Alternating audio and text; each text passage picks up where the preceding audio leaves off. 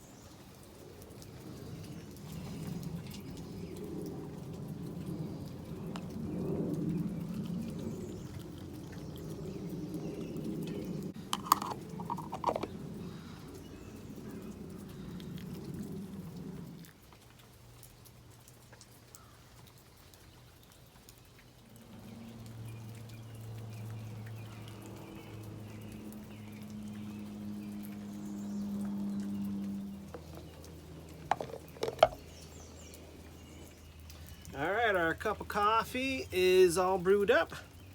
It's a double-walled mug, as I mentioned here. You get kind of a plastic exterior with the steel.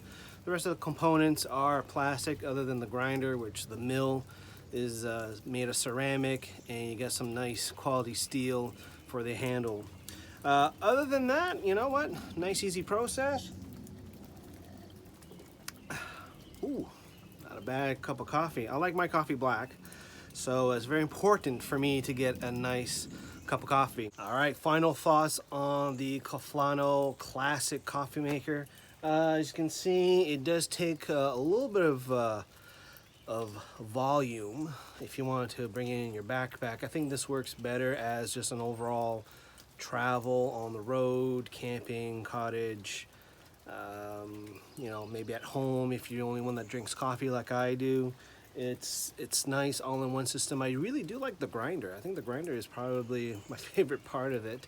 The cups that it brews, or the capacity, aren't necessarily very large, so it's a I guess a restaurant size coffee cup. It's not a huge coffee. It's not a mug. It's just regular cup. So let me know if you like this system, or you prefer your system at home or while in the woods or at a park like I am this morning. Do you prefer other French press systems? Do you like those aero presses? Do you like having espresso in the field? Or on the road? Or do you think this little all-in-one system might do the trick?